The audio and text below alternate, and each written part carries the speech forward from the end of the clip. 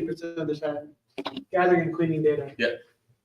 Whatever. I believe it. So just let me That's what check. I'm just You tell me why 8 million Americans. checking my, okay. in the world's America's largest Come on in, grab a seat. Feel free to grab some food too if you want some. Okay, we're getting started. I'm sorry. I'm not always the most prompt to get started when there's food. I hope that doesn't, come on in. Like you could make The it. schedule said the first Grab 10 some minutes food. are for networking. So. They are. Yeah, you're good. I'm not the quickest to get started, but I also like to respect people's time, especially our speaker who came with his Buc-ee's cup. Oh, gotta love Buc-ee's. So, welcome guys. I'm Mariah Peterson. I organized this meetup. I stole it from Joe Reese. Joe said, I'm going to travel the world and talk about my book. And I said, okay. And I stole this meetup. We meet every third Wednesday. And apparently we've met every third Wednesday for like 6 or 7 years. I've done the meetup for 6 months. So a year. I guess I officially took over January 2023. Introductory announcements. We have a meetup next month. I forgot what it was on, but we have the guys from Paradigm, and it's on the meetup.com page. Yes, he's doing statistical analysis on NBA data. That's what it was. If you haven't joined our Slack group, you just go to forgeutah.com. The only thing on that website is a Slack link. Join the Slack group, join the data engineering channel. I post in there all the time. There's a machine learning channel, there's general, hardware, anything you could want. There's a channel for it. I'm sure we have a meme channel. There's a crypto believers and a crypto realists channel. So choose whatever channel you want. And then other than that, Big Data and Dev posted their schedule. I think they are November 9th. Come on in. November 10th. November 10th. Yeah. Aaron will also be speaking there on a different SQL topic. I will also be speaking. You're speaking? Oh, cool. 9 a.m. session. Oh, same time as mine. Oh. I didn't know that. That's it. That's where I put the weak speakers in the beginning. With a warm-up. Is that 1 day or 2 days this 1 year? day. 1 day? Yeah. Last time I spoke there in 2019, they had like 10 parallel sessions over 2 days, and Yeah. That one was good. COVID hit us all. And then if you're interested in Go, my Go West conference is on Friday. Not this Friday, but a week from Friday. Go West. Because Go is the best programming language. You have to sell us more on it. I am running a Go install party. So if you have never used Go before in your life, that first hour, we will get you set up and ready to run with Go. And then So you're good to go, huh? good to go. And then the next week, I am teaching a Go Data Tools workshop with O'Reilly. So I'll get everybody installed and then get them to subscribe to the O'Reilly membership just for my course. I have a question. Yeah. How have you seen data engineers use Go? I mean, I'm a data engineer and I use Go. Go is much better than Python for any kind of parallelized job that you have to build and run. The data is structured, so basically Go's data is typed. So I can build a structured data set. Come on in, grab some food. I can build a structured data set, data types, parse my data in, transform it how I want, pump it out, super parallelize it. Great for immediate transformations. Great for hydrating if you ever needed to just take a data set, basically uncompress something and dump it into a warehouse. Way more efficient than any tool that you can buy. And super easy. And literally 200 lines of code. What's adoption like? Do a lot of people use it? Go? Yes. For data? No. But I do. They use it for Go is mostly for it. You'll find it mostly adopted in the infrastructure space, networking type things. Kubernetes is written in Go. Docker is written in Go. A lot of CNCF projects are written in Go. Is that comparable to something like C++ or something? So it's a C style language. Okay.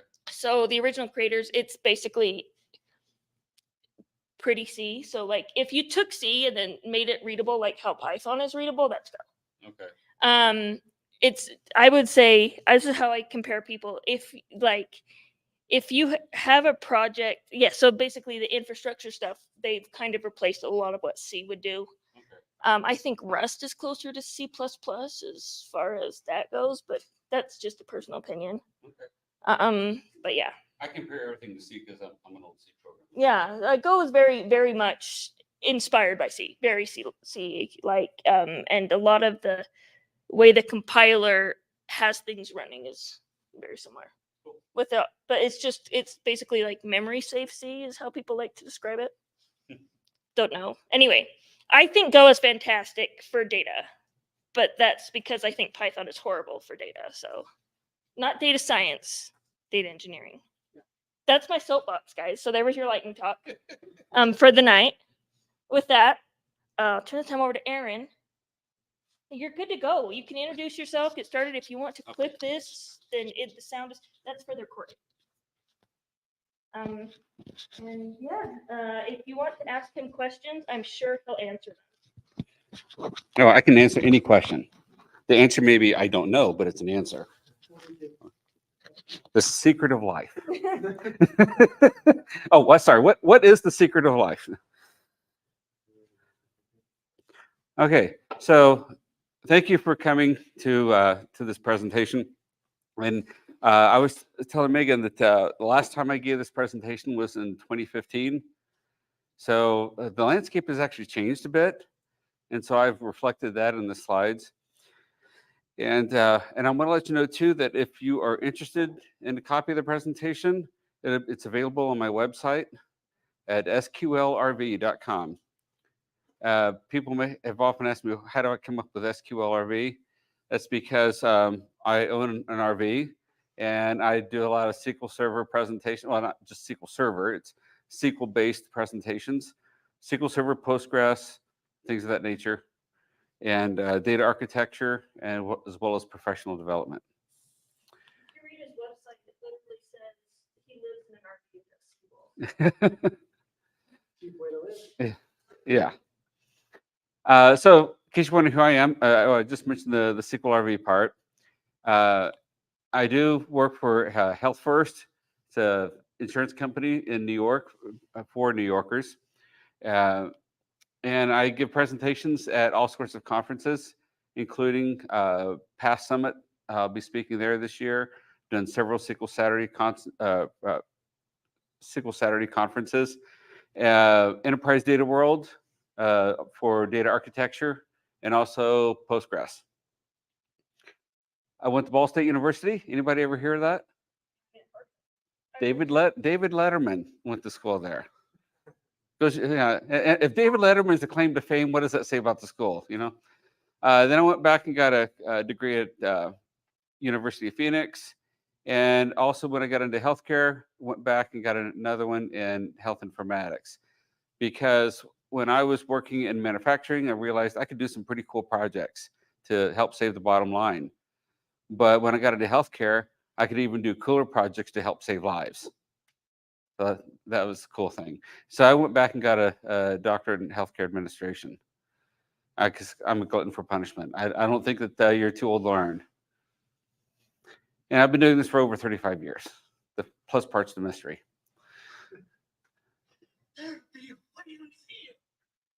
So in case you're wondering, we're here to not whales specifically, but whales as a metaphor. Whales as being big data. I like what Arthur C. Clarke had to say about anything is sufficiently advanced would seem like magic. Now think about what we're doing today. How magical is that? For example, this compared to even 50 years ago. Okay, let alone 100, 200 years ago. So yeah, it's pretty interesting. So what is big data? We're going to talk about that, some definitions of it, including some common myths. And we're going to give an example about when big data goes bad. I've got a couple of examples that I leverage on. Now, what I mentioned about SQL Server, applies to, since this is not just for a SQL Server group, it applies to any relational database management system. And I'm going to talk about what some of those, no, I'm sorry, it's a different presentation, sorry. I could talk about the different types of relational database management systems. But I'm going to give an example about how, compared to MongoDB and Hadoop, two different projects and how they failed because of that. And a lot of it is because we're using the wrong tool for the wrong job. Okay. Then I'll talk about what big data is for SQL Server or Postgres or a relational database. And I've got an example of that. And then we'll have some closing thoughts. So let's talk about some definitions of big data. How many people know exactly what big data is? This debate's been going for a while. Yeah, amazing, isn't it? Do you know what big data is? Best definition I've heard is it's a data set that is too big for you to deal with easily. Okay, that's interesting, but that doesn't really say what it is. So, but what's interesting is you talk about the size of data. Or the scope or size can be other one. Right. But there's a lot of things that people attach to the concept of big data. And we're going to talk about some of that. So here's what the Oxford English Dictionary said about an extremely large data sets that may be analyzed computationally to reveal patterns, trends, and associations, especially relating to human behavior and interactions. Really? Human behavior and interactions in data. That's kind of narrow scope there, isn't it?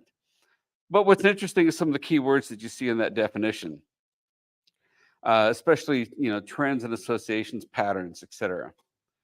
The Merriam-Webster dictionary said an accumulation of data that is too large and complex for processing by traditional management or database management tools. What do they use for that definition of too large and complex? That's kind of nebulous right there. So again, there were some more keywords that kind of stuck out to be, a common theme, large and complex. How about this one, Gartner? I love to pick on Gartner. They said the high volume, high velocity, and/or high variety information, the 3 V's, information assets that demand cost-effective, innovative forms of information processing that enable enhanced insight, decision-making, and process automation. Wow, they said a lot of words, but what did they really say? Okay, that's why I pick on Gartner, because they do a lot of that. And then, of course, you've got all these keywords that popped out of it. Again, we got some new ones here, high volume, high velocity, high variety, but we get some of the other interesting things too, like decision making. And I love this one, cost effective. How are you going to measure that one? MIT, this is a good one. Big data is a term describing the storage and analysis of large and/or complex data sets or using a series of techniques, including but not limited to NoSQL, MapReduce, and machine learning.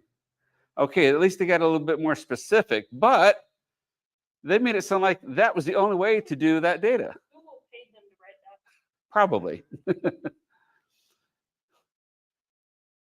So, all of these definitions, as you can see, are skewed by a certain perspective, and they're looking at it from a certain way. So here's some reality. The definition of big data is really a moving target. Now, when you get the slides, all of these underlined things, the hyperlinks, will go to the sources where I get this information from. Berkeley University did a survey. I thought this was really interesting. Surveyed 40 industry thought leaders. What is big data? And you know what? Nobody could agree. 40 people, and not one of them agreed with each other. Most people think it's that they understand what big data is, but their definition is skewed by their perspective and how they're looking at it, what they're intending to do with it. So some of the big data characteristics that most people can agree on are the 3 V's: volume, variety, and velocity. Okay, so you're getting a lot of data, a lot of different types of data, and you're getting it fast. That's what people refer to as big data. But then there are 4 additional V's that are added to that. Veracity. How well can you trust the data? Variability. How consistent or inconsistent is that data? Visualization. I don't know why that's even on there, because that's what you do with data afterwards. I mean, that's what Tableau and ClickView and all those others are for. And then value. Value is very, very subjective. What's of value to me may not be of value to you. The skill set. Yeah. But here's the biggest problem. People always think of big data as being simply just unstructured data. Okay? And there's a big discussion about that. But big data can be highly structured data. Just lots of it, many forms of it, and it comes in pretty fast. But it can still be structured.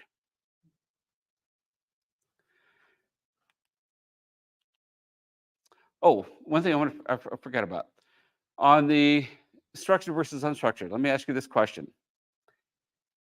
Is a sound file, is that structured or unstructured? I knew she'd like that. Depends on which perspective you're looking at. I'm a physicist by training, so that's even more hilarious. Yes, so am I. Oh, there you go. Sound Yeah. Okay, so a sound file, is that structured or unstructured data? Well, it has metadata, so I think it's a combination of both, because you're gonna know where it comes from. A lot of them have like timestamps, like when it was last modified, maybe where it came from. My Content of it might be my answer unstructured. is different. I think it depends on how it's going to be used. Right. I can explain why, but like that is there was a talk I went to that Jepson Taylor gave a while back, and he built a whole AI company that he sold off of unstructured data, and he used it basically that sound file as a way of detecting certain kinds of words based on traits, but that's like, so he used it as unstructured data in that way because basically his model was converging on certain kinds of words. So it was a convergence model based on sound patterns. But sound in itself is a vectorized mathematical model. So by definition, if you can throw it into a vector database, it has to like it's structured. So you could also use it mathematically to do other kinds of tracing and mapping. So it's dependent on. Okay, that's a bit more complex of an example or of an answer. Yeah. But so here's my answer to that question. A sound file is very structured. If it were not, you would not be able to play it on multiple devices, or multiple software wouldn't be able to play it. So it is structured. The content in the file itself, as far as what is represented by the sounds, then that is typically unstructured, because you don't have specific columns and rows or somewhere where you can go exactly to get that data. Now, if you analyze that and then identify where the like a sound bite is, that is a word, then you can gain more structure out of it. But so yeah, that's why I come back to this all the time. And there's another part I'll cover here a bit later when we're talking about the difference between discrete and indiscrete data. Yeah. So let's take a look at some mythbusters here. The myth is big data is a new phenomenon that it only came about in recent years. Guess what? No, that's not true. Because the genome database, all right, now we're talking about mapping the human DNA. That's been around for how long now? Lots of years, okay? And they use a relational database for most of its stuff. The astronomical data model. My minor in college was astrophysics. And so they use relational database management systems for that. You can't use, I mean, you have to keep track of all of the information that's on the star plates and stuff. So does CERN. CERN has so much data it can't fit onto actual hardware. So Yeah. just so you know, physicists love relations. Yep, they do, because it is relational data. Another myth, to process big data requires totally new platforms and thought processes. That's Gartner. I can tell you that one right now. It's very salesy. And what happens is that articles will print out at on CEO magazine or stuff like that, CIO, and they're trying to convince them that you got to go a whole new way. What was that quote from the Batman movie? We got to tear down the wall and open a brand new door because we got to get stuff through. But they're targeting toward the C-level executives, and it promotes that myth that companies will not survive without embracing big data.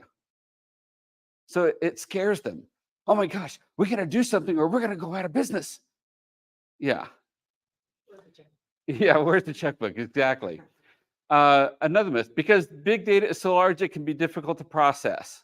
Not really. What people are getting confused with is the volume of data compared to whether it is structured or discrete. So it depends on how the data is organized, is really what that complexity is. And NoSQL platforms, how much do you hear about those now? Where is Hadoop now, today? Okay. It fell to the wayside. You know why? Because and I'm getting ahead of myself, but that's okay. They said NoSQL. What did that mean?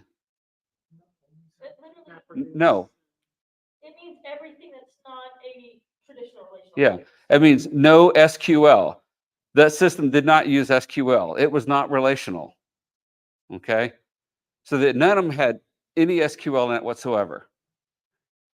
And then they were getting, they were putting it out in the platforms. They were selling it, and then the company's like, "Wait a minute, how can I query it? I want to be able to query this. I want to run SQL on this because SQL is what I know and love. That's what I'm used to." So then came about tools called like Hive, for example. That was a SQL-like engine that sat on top of it, and it translated a SQL statement into MapReduce statements, which is the language that Hadoop would use. And so then it became not only SQL. So it's pretty interesting. Oh, and the other is that, the assumption here is that scaling can only be achieved by sharding. Now, by sharding, I'm talking about adding new servers to the network, to the system, okay? So that's horizontal sharding, okay? Because that's what Hadoop does. You know what? I think my batteries just died. All right, I've got batteries. I just had to put them in there. Oh, wait a minute. Hello.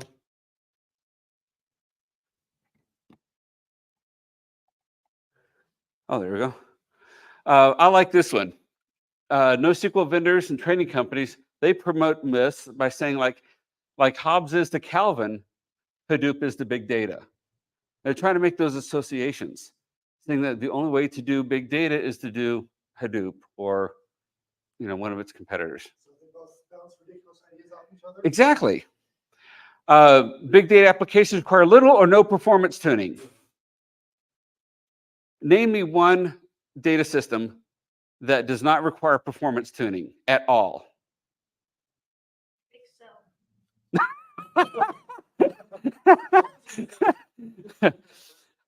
I'm not going to go there. Yeah. Yeah, every application requires performance tuning. All systems. I don't care what it is. And now like this, remember how they used to do plug and play? And now it's, plug and pray. Pray that it works. Okay, analytics requires big data. Not. Analytics has been performed for years in relational database management systems.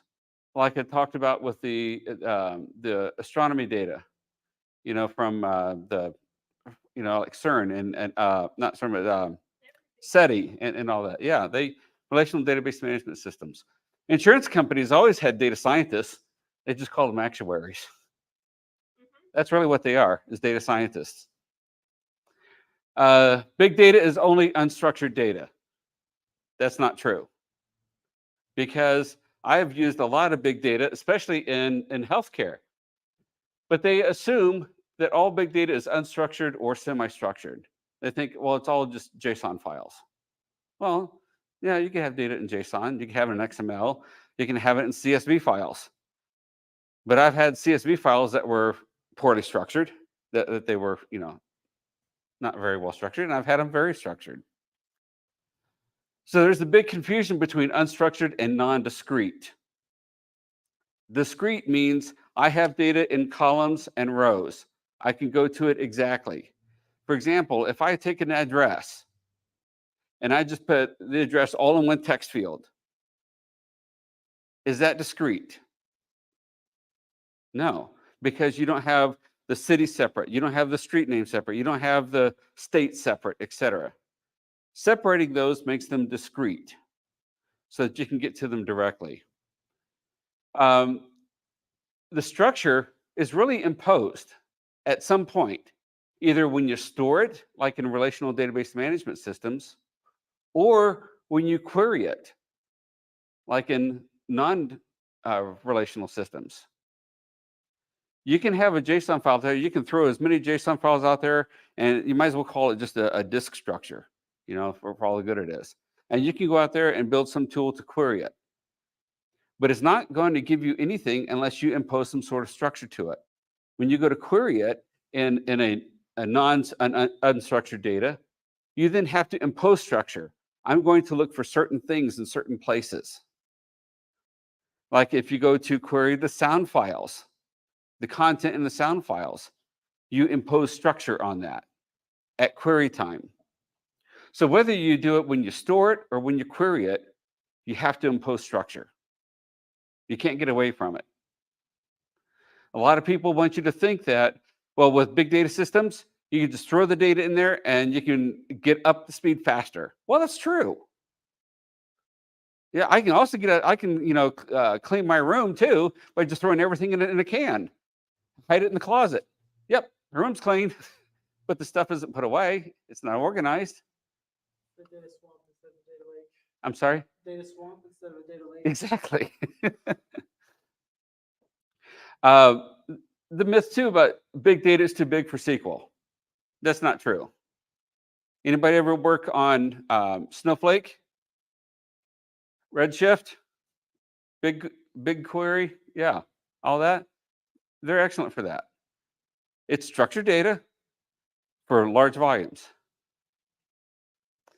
So all massively parallel processing systems support parallel processing and SQL. Like Netezza, Teradata, Exadata. As you can tell how old some of these are, when I did this. Azure, Redshift, Snowflake. Those are all massively parallel processing systems that use SQL. So yes, they can handle big data. The only difference is between that and Hadoop is that data is imposed at storage time.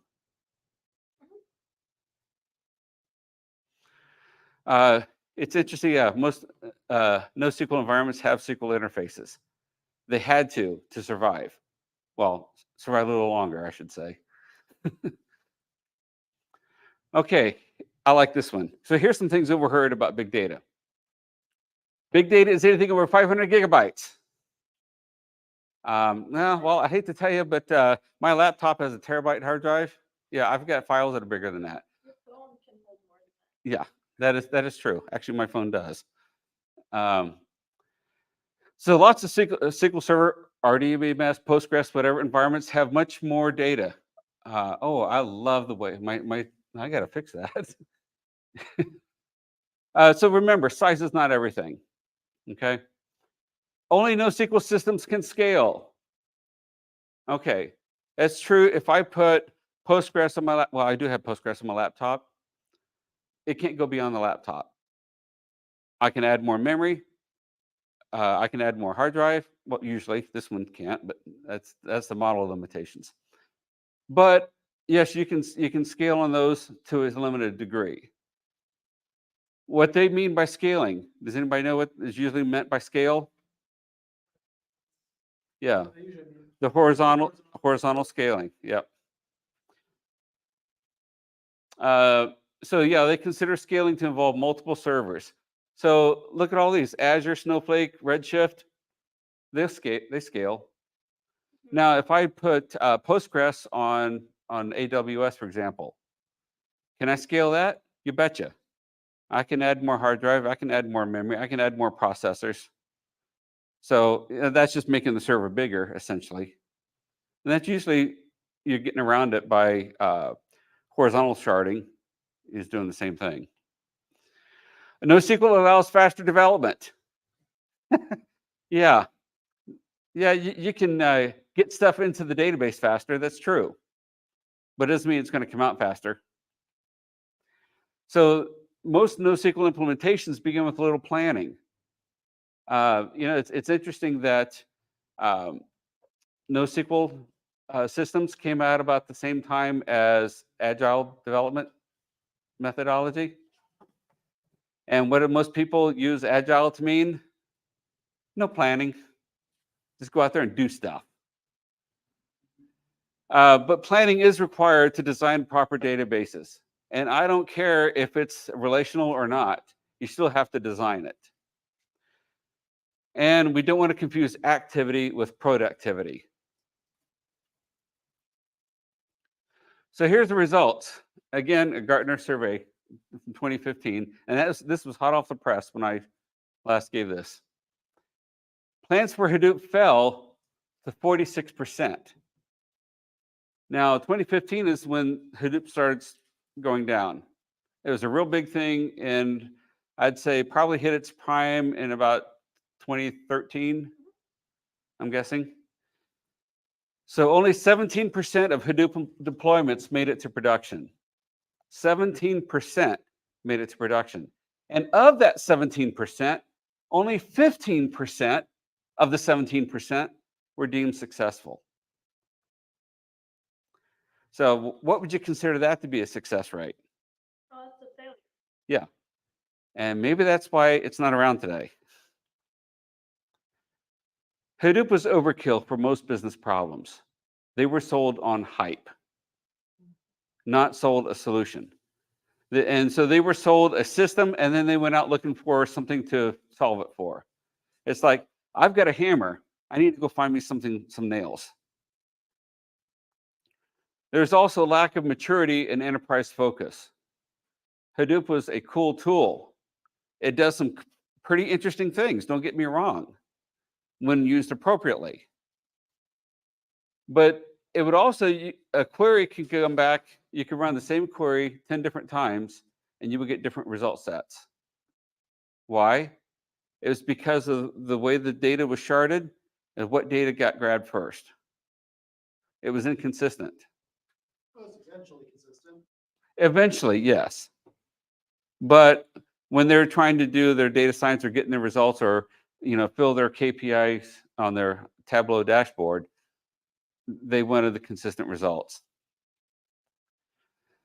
And so I thought this was interesting. In January 2019, Cloudera and Hortonworks, the two big Hadoop companies, they merged. They had to survive. And actually, Hortonworks is no more. It's all under Cloudera. And Hortonworks was the one that really started the push on Hadoop. MapR, which is another NoSQL, they were acquired by Hewlett Packard Enterprises, or HPE, in August of 2019. Oh, and by the way, HPE dropped MapR. They don't do it anymore. After they bought it, they couldn't make it work right, so they dropped it. That was a good use of the money, wasn't it? Okay, let's talk about this scenario with MongoDB. What scale? Yeah, this was in 2012. Okay, this is when MongoDB was really popular. Okay, so let me set the stage here. I worked a lot with clinical quality data, and it really involves a lot of what you might consider big data operations, because we're talking about taking data from patients, from millions of patients, and identifying what is the denominator, which is like what is going to be measured, identifying a numerator, which is what is the measurement itself. So a denominator would be like, which patients are diabetic. A numerator would be, which ones had a retinal eye exam in the last 12 months. And most of those turned out to be, like a pass-fail. And so for a given patient, you could say, yes, this person was classified as diabetic. This person did get a retinal eye exam in the last 12 months. So that was a pass. Then you can accumulate all those together and aggregate them, and you can come up with some scores. Like for this doctor or this hospital system, for all their diabetic patients, how many of them got their retinal eye exam? Oh, they only got 46%. That's pretty bad. We need to do something about that. Okay, so that was a metric. Clinical data is identified by taxonomies and terms. Now, I know these two guys are in healthcare. Anyone else in healthcare? Okay. So at least you guys know what I'm talking about there. I mean, health data can be very complex. So when you're talking about big data, that's healthcare data. And data per patient contains extensive records. I mean, all these types of things. Anyone, of course, all of you have gone to the doctor at one point, all right? And so, when you fill out the forms and you talk about all these things, you're familiar with that. Okay, so here's what Mongo did. They had 40 clinical quality measures of varying complexity. They had data for 750,000 patients. They had it all stored in XML documents. This is before JSON became really popular. And each document was for one patient and it had all their medical history. So each document could store a comprehensive medical history for a patient. And it's fairly well organized. But what they did is they took all of those documents and they said, oh, it's a document. Let's store this in Mongo because Mongo is a document database. It is. Okay, that's what it's good for. And they sharded that across 10 servers. So you're taking, basically 75,000 patient records on each server.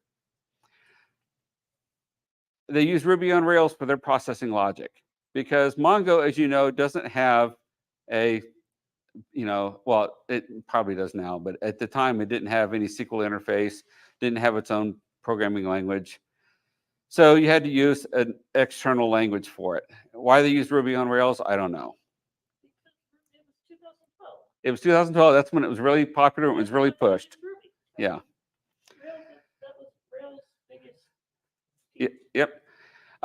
They were excited when they got it down 8 results in 8 hours. I thought, okay, that's fine if you're excited about that. Only that many patients? Yeah, 750,000. So I had SQL Server Developers Edition running on my laptop. And I had the same 40 clinical quality measures. And I had data for 2.5 million patients. Okay. Now, I will tell you, this was de-identified data because I had it stored on my laptop.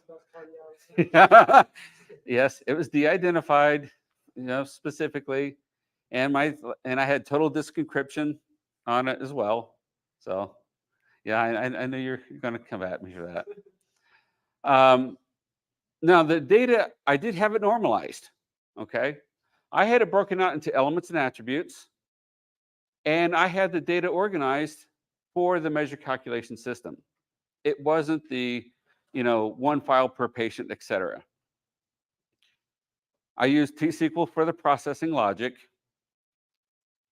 and I got my results in 45 minutes on a laptop. Less than a tenth of the hardware. Yes, for 2.5 million patients. Compare that to what the MongoDB implementation had. So when I did it on a server, it was about 20 minutes. Now, why such a big distinction? Okay.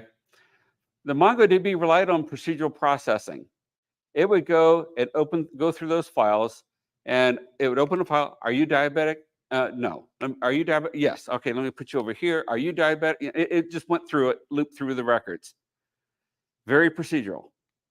And what do they teach you in college about procedural programming? The first thing they teach you is about loops and conditions and stuff like that. All right. The data in XML documents, again, it was one document per patient. There was no correlation one patient to another. I couldn't go out there and say, what all patients have a diagnosis of diabetes. It was impossible because it was all organized by patient. And so I had to go, it required examining each of the documents. Now, subsequently, Mongo did come out with some index methodology where they could say, all right, I can put an index on certain characteristics. So if I, but it's still limited. It's not designed to do relational work. Hello. Okay. It's designed not to do relational work. Now, healthcare data, like I said, it's highly structured and it's relational. So why would you use a non-relational system to do it? Because by its very nature, data is relational. In most environments that you're running into, the data itself lends itself toward being relational in some way or another. The other reason was that in the SQL Server version, I used proper data storage techniques, aka not in files. I used set-based processing. So when I went through and I did a query, I did it against all 2.5 million patients looking for a diagnosis of diabetes. I did it as a set-based query, not iterating through each of the records. If I were to sit there and spin through the 2.5 million patient records, it'd take a lot longer than 8 hours. Yeah. Point of order, if you're using set-based queries with an index on there, then you're not going through all 2 million records. Yes. This is why indexing works so well. Yes. If you don't have an index, then it is going to have to loop through every last flight under the hood. You were correct. Yeah, semantically under the hood, an index helps you to do things in a set-based manner because you're limiting the number of records that are being searched. Yes, that is true. And the calculation was for each measure for all patients. So when it executed the measure, it did it for all the patients at once. Now, let's look at the Hadoop. This one's a little bit different. Again, this is circa 2016. So this is just about the peak of Hadoop. 2015, 2016, somewhere around there was the peak. This one was to analyze claims for billing errors, fraud, waste, and abuse. One of the criteria was that claims had to be paid within 24 hours of receipt. So they had up to 24 hours to analyze it for fraud, waste, and abuse. The analysts that generated these recommendations, they were analysts that designed them, that designed the particular queries, not developers. So the analysts really didn't understand the data or how to really query it. So they had about 150 analytical concepts, they call them. They were like measures in a sense, what scenarios that they're going to be looking for. And some of them had to reference one or more reference claims. So in other words, saying like, for example, if I had a cataract surgery in my right eye, it would go back and look for a reference claim to say, well, did I have a cataract surgery in my right eye before? And if I did, then say, here's a reference to this. The claim was denied because you already had it before. Okay. Oh, and there's my example. Okay, on SQL Server, what they did was they copied the data from the claims processing server. And the claims processing server was in Oracle. Now, the fact that it was Oracle wasn't the problem. The fact is that they had it very denormalized. The architecture of that was set to they had a claim header and a claim detail. Very, very wide records, lots of columns. All right. So what did they do when they went to do the processing and when they moved it to SQL Server? Because they wanted to get it off the production server. which is really what you should do. All right. So that was good. But they copied the data structure exactly the same. Now, in denormalized data, how good is that for data analysis? So they didn't E and an L and no T? I'm sorry? They didn't E and an L and no T in there? Exactly. Exactly. So that data structure wasn't optimized for analysis. And a lot of it was stored as text. And their primary and foreign keys were text as well. Now, what do you know about, you're talking about the indexing and foreign keys, relational data, referential integrity? What happens when you use varchar? How good is your performance? Performance? What performance? Exactly. Okay. So yeah, that was the problem. Their stored procedures for each of those scenarios or the concepts, again, were written by the business analysts. They weren't developers.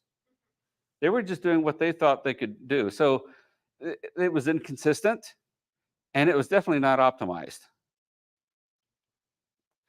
So some of the procedures took considerable time to execute. Very few completed within an hour, and some didn't even make it to the 24-hour time frame at all. So then somebody came up with a bright idea. Let's do this on Hadoop. Hadoop makes everything faster, right? Yeah. Now, of course, the argument that I made was, let's leave it where it's at. Let's restructure the data, let's optimize the procedures, and we'll be good to go. But no, they wanted to throw it on Hadoop. So here's what they did. The only good thing they did was that instead of copying the data once a day, they captured it as a live feed from the production server. So they captured the data logs. As the record was added, they brought it in. That was good. That was a very good thing to do. Then it went south from there. They kept the data structure exactly as it was, the non-optimized format, with a very wide claim header and claim detail. They took the store procedures that were in SQL, and they said, oh, since this is Hadoop, we can put it in Hive SQL. So they kept it pretty much mostly as it was. Oh, and did you know that on Hadoop, there is no such thing as an update and a delete? Because what you actually do is that in order to delete data, you rewrite the file without including that data that was to be deleted. Or if you update a record, you rewrite the file with the changes for those records that are being changed. That was how they did the update and delete. Oh, how did that do for performance? Only the simple concepts, the ones that ran it already in under an hour, they were able to get those converted. But the time savings were very minimal. I mean, we're talking about like instead of an hour, it was maybe 55 minutes. I'm surprised it even worked at all, to be honest with you. But when they went to some of the bigger ones, they couldn't get them to work. They wouldn't work at all. And they couldn't get more than one execution per day. The whole idea behind this was to do it all day, repeatedly. As data came in, they would be running this analysis. Should be an engine that just kept running and running. It didn't work. So why? Why didn't it work? First of all, the data architecture. It was not optimized for analysis. Okay, data scientists here, anybody? One? If you have really wide denormalized data, how good is that for data analysis? It's harder to correlate. So if, for example, if I have, like amount 1, amount 2, amount 3, amount 4, amount 5, that's really hard to correlate amongst multiple records because you have to correlate sideways, horizontally as well as vertically. SQL Server procedures, they weren't optimized for performance. Again, they weren't written by developers. Oh, and by the way, nobody had any documentation as far as why were these rules being followed. No one had any documentation, and the code wasn't documented. So that was a part of the problem. And Hadoop was chosen for its speed. I put that in quotes. Okay. Now, SQL was still used for the application interface. So that means that they still needed to have SQL in there somehow, but it wasn't optimized because they didn't rewrite the things and optimize it for Hadoop. They just kept the same logic and had to recode for the updates and deletes. And the data was stored as Parquet files, and that's not optimized for searches. Parquet files are meant to be able to put data in there quickly. And to be able to get data quickly as far as getting the whole data set, but as far as a search, yeah, it's not optimized for that. But had the resources been applied to the original SQL Server solution, as per my recommendation, not only would it have been done sooner, and it would have worked, and it would have cost a whole lot less. So that's when big data goes bad. So some observations on that. So in all cases, the platform is thought to be the solution. You know, it's like, what is the hype right now? What's the thing that's going to save all of our companies and just be the what? GPT. Yeah, AI. Everyone says AI is going to be the tool. It's going to solve all the problems. It's going to make all of our problems go away. What's going to solve the problems that it creates? Yeah, exactly. Unfortunately, I think that the generative AI and all that, that's going to be another Hadoop. It's just going to follow that approach. But the other thing is that no analysis was performed of any other solutions or options. Nobody ever considered anything else. Let's just go with big data. Oh, and management is the one that picked the platform. Yeah.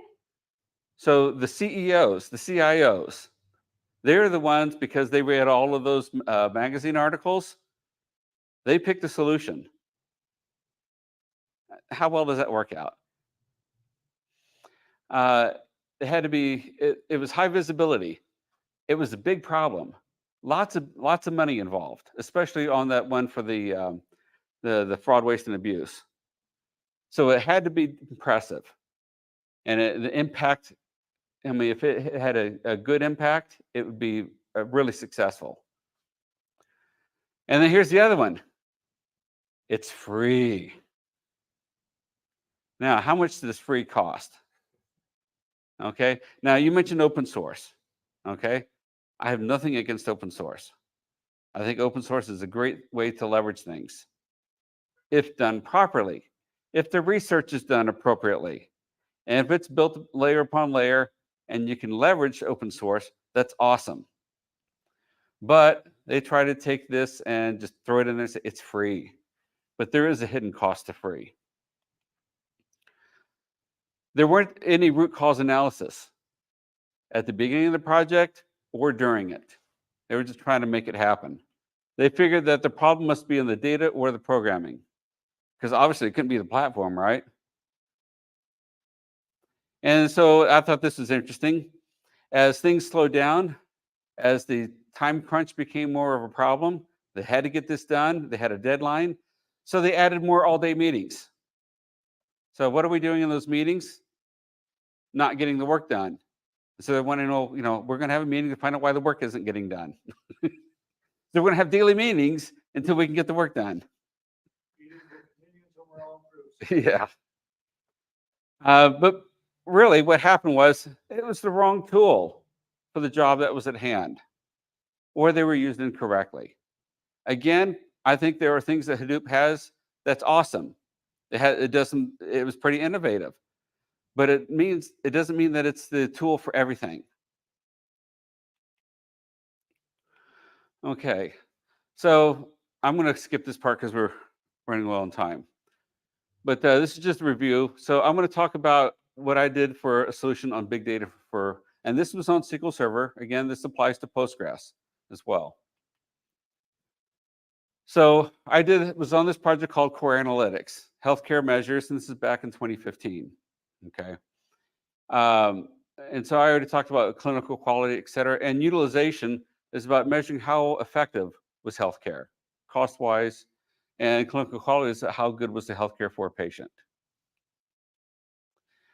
And so our clients were major healthcare providers. Like I almost said the health network name, but there was a health network that we worked with out of Texas. They had 70 plus hospitals. And so hundreds of millions of patients and their data. So we had about 20 or so, I can't remember exactly, clinical quality measures, utilization measures, and we took about 1 to 2 hours to do all that calculation. That's when the data scientists weren't in there mucking around in the system. What I did for the calculation engine is that I designed a way to describe these measures so that non-programmers could create the measures. All other systems that I've seen before, including, I just blanked out on the name of one that's really popular right now, and they code every measure. No, not DBT. Shoot, it's on the tip of my tongue, and I can't think of it right now. But anyway, they're really popular. They hard code everything. As measures change, they change the coding. So they have releases all the time because of that. But on mine, it was the same engine. All we did was change the XML documentation, the XML documents.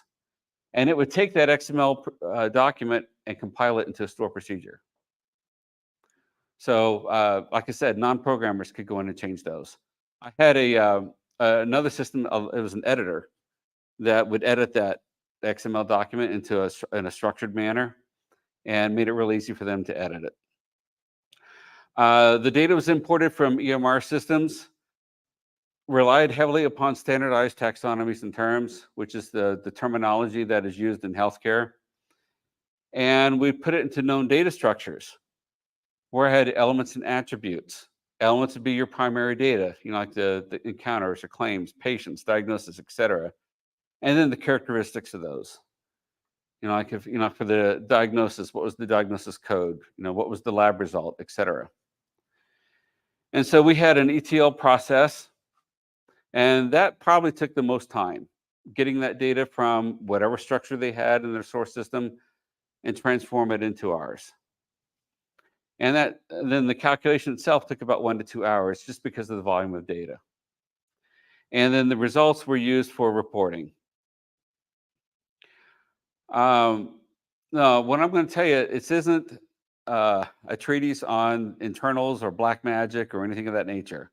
But these are just some tips that I ran into that work either in SQL Server, Postgres, or any relational environment. It's really what I learned from experience in data architecture and programming. So I had table structures. One of the things that I'm a big proponent of is that it's okay, in fact, preferred to restructure data for analysis purposes. Because your goal for analysis is very different than it is for processing, initial processing, whatever the purpose of the original data was for. Like for example, if it's for sales data has a very different purpose than analysis of that sales data, right? So the level of normalization, very subjective. In fact, at the Big Data Conference, my presentation is on data normalization and its goals and objectives. But we wanted to have only the data that's needed, and we minimized the number of tables involved and minimize the size of the tables. We will make them small, smart, and skinny. I used BigInt surrogate keys, avoided varchar keys. Again, the reason why BigInt works well is because it's the fixed size. In one environment that I'm working on right now, I have hash values, 64 character hash keys. It's always 64 characters, and it's just as fast because it's a fixed width. If I use varchar, it has a lot more work to do. And then I replaced the text, like the codes, the taxonomies and the terms, I replaced them with an ID. So I'd have one value to search for instead of two. So then I had taxonomy term pair. This is what I was talking about before. I can have CPT, SNOMED, LOINC, etc. And they're basically text strings, and I stored them into a table and gave them a unique identifier. And I use that in all of my search criteria. And the value sets were a collection of these taxonomy term pairs. So that I can say, diagnosis of diabetes, here's a whole set of codes that identify that. To identify a diagnosis of colon cancer, here's a whole set. And then I just realized I made this really long. I'm sorry. What time do we finish? Usually it's around 7:15, but you can. Oh, I'm sorry. I mean, if the people, if your audience is into it, I don't care. No, I'm not cutting you off. You guys good? Okay. So the other thing too is that I structured the data so that I have the focus on the element, and then the element had 0 or more attributes. So it was a very highly structured data. And then I put all instances of the element in what I call the element pool. So it's like basically, it's kind of think of it like evidence. Like when the CSI goes into a crime scene and they just collect all this evidence. Now they have this evidence pool, and from that they can make their diagnoses and their determinations of what's going on. And then the attribute, of course, is characteristics of each of those elements. So when I structured it, I took my core data, which is what it came in from the source system, broke it out into elements and attributes. Those then got put into the element pool. These were the definitions. This is the actual data. And then I tied that in with my taxonomies for identification of for records. And then in my value sets, I created the value set detail, which is each of the detail for those value sets of the taxonomy terms, created my pairs. So this made the searches of the element pool and attribute pool very fast. Now, I will say this is not a general purpose application for anything. It worked. This was particularly for this project. But what I did in order to use large volumes of data is I used set-based queries. I avoided scalar user-defined functions because what do? They get executed on every row in your query. And this is true whether it's SQL Server or Postgres or Oracle. So you want to use table valued functions to do that. Avoid cursors, because cursors are nothing more than a record by record loop. And also cursors have a lot of overhead involved. I used tally tables, or Postgres has a generate function. So you can generate the numbers, you generate your sequence. Generate series, yeah. And then you can use that to replace loops. Now, I did have some loops, but I would do loops in a set-based manner. Like, for example, when I had to do each of the measures, I had to do them one at a time. But I put that into a small loop. As long as I was doing loop or set-based within each iteration, that was good. Excuse me, window functions is your best friend. How many of you are familiar with window functions? Good. I have a presentation on that one too, because a lot of people don't understand them. I like them because you can get the characteristics of group by without losing your details in your records. Also, I avoided complex views because when you have two views that are too complex, the optimizer can only do so much with it, especially if you end up having a view calling a view, which called a view.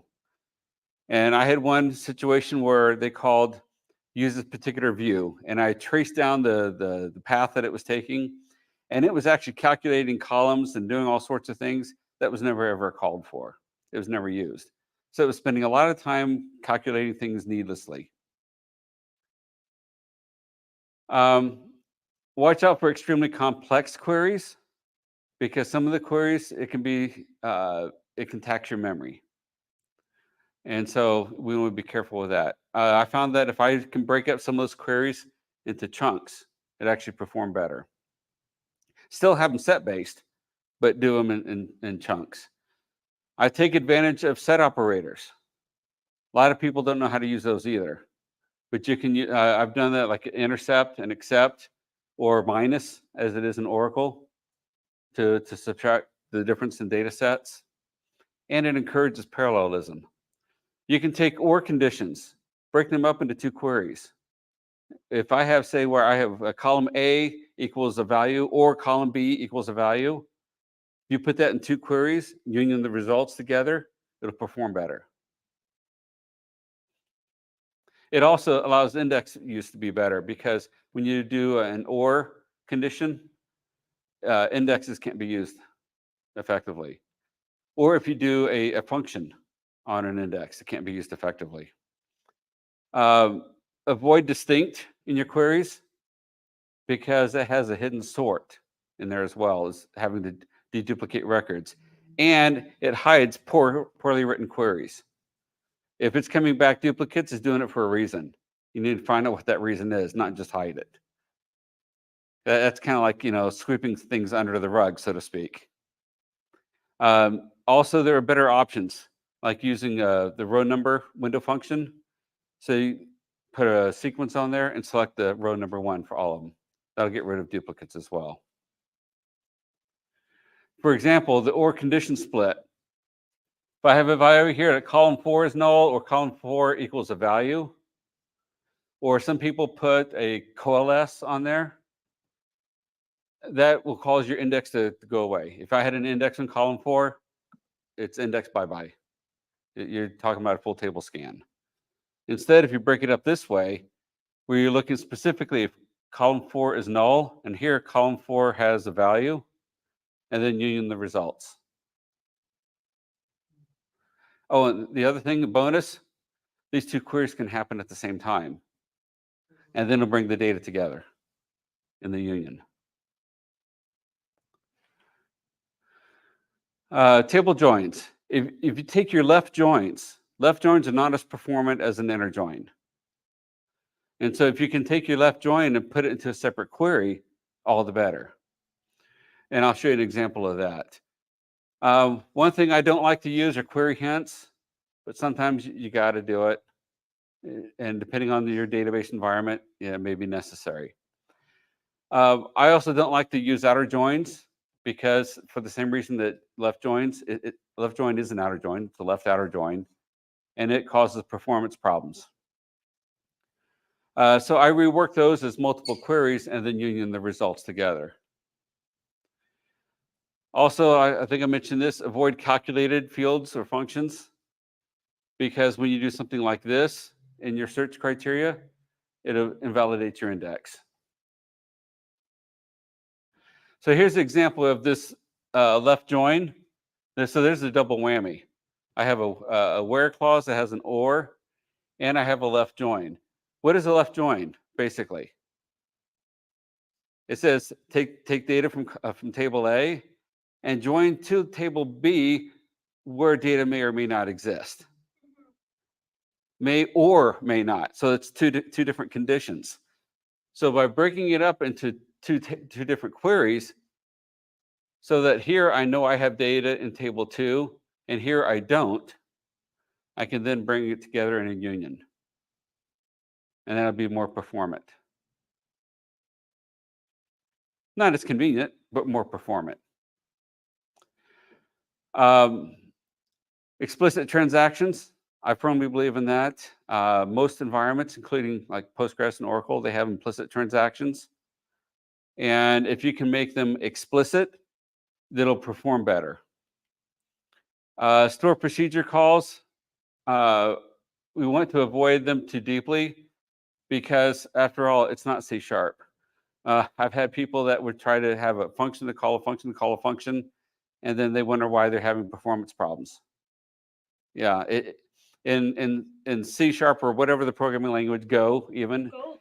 it's compiled, right? And so it takes all those levels of indirection and resolves them. You don't have that in SQL because it's an interpreted language.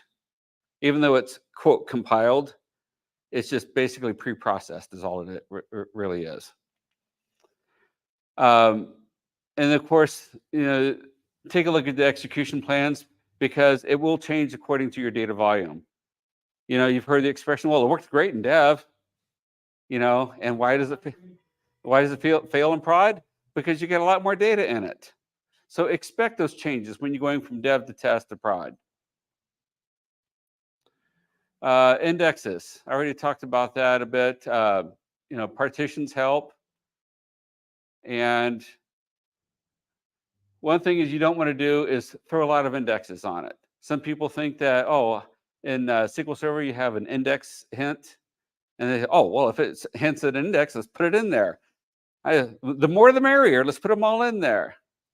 But that kills performance because you've got all these indexes that you're maintaining and you're hardly ever using them. So, pay attention to what indexes you're using and reevaluate those often. Now, we could have done some different things on that project. We could have used column store indexes. It was a great idea, but this is back when we were doing 2008 database, so we couldn't do that. But column store indexes does have a thing that's called compression. Basically, it stores one copy of a data set, no matter how many times you use it. And it uses a pointer to that data set. And so I didn't use that concept. So like on our measure results, if I generated the same result multiple times, I stored only one copy of it. And I just made multiple references to it.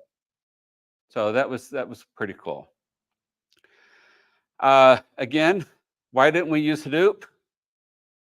It's healthcare data. It's very relational. Now, we did port it to Netezza, which is an MPP, massively parallel processing. I could have done it to Teradata, Redshift, Snowflake, whatever. All that would have been possible. This is before Azure when I did that. So Azure is really SQL Server in the cloud. So NoSQL big data environments. It relies upon external hardware, adding hardware to the solution to make it scalable. And it is designed for stores and fetches of data, but not for updates and deletes. And it doesn't have any built-in query tool or language. One of the benefits that Oracle, Postgres, SQL Server, all of those have is that when you're using the query language, it's built right into the database. And so it's optimized for that data. When you're using an external tool, it's not as much. And it's not a relational database engine. Those interfaces work for convenience. Hive was created for Hadoop to allow people to query the data to see what's in there. It wasn't meant to be a production tool. It was a patch, not built into it. Okay, let me skip this. So and again, this applies to more than SQL Server. And I thought this is pretty good. So you've heard of Azure, right? Anybody ever heard of the parallel data parallel warehouse, PDW? That was the first attempt to put SQL Server into a Hadoop-like environment. It didn't work out so well, but they discovered that, hey, out of that, the ashes of that came Azure, which is a cloud form of SQL Server. So I thought that was pretty interesting. Any questions? Yes?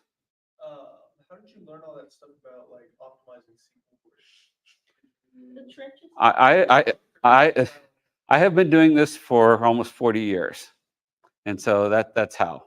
In fact, I am writing a book right now, a practical guide to set-based queries. And so I'm up to chapter 12 right now. So when I get that down, I'll let you guys know. But yes, it does address things of that nature. There are other books out there too. that Yeah. Talk about it. None come to mind, but There was one I saw it the other day. It was, of course, now that I'm trying to tell you what it is, I blanked out. But it's a book called Thinking in Sets. And I can't think of the author's name right now, but it's called Thinking in Sets. And it was about looking at data in a set-based manner. When you get the slides, I got some links to some books too, some ebooks. Some of them are a bit dated, but they're free. I appreciate feedback on this. If you want to shoot her email or whatever, if you want to be anonymous, that's fine. But that feedback helps me. And then I've got contact information there. You can reach me at sqlrv.com anytime, and I do have some cards here if you want that. Any questions? Thanks a lot. Appreciate it.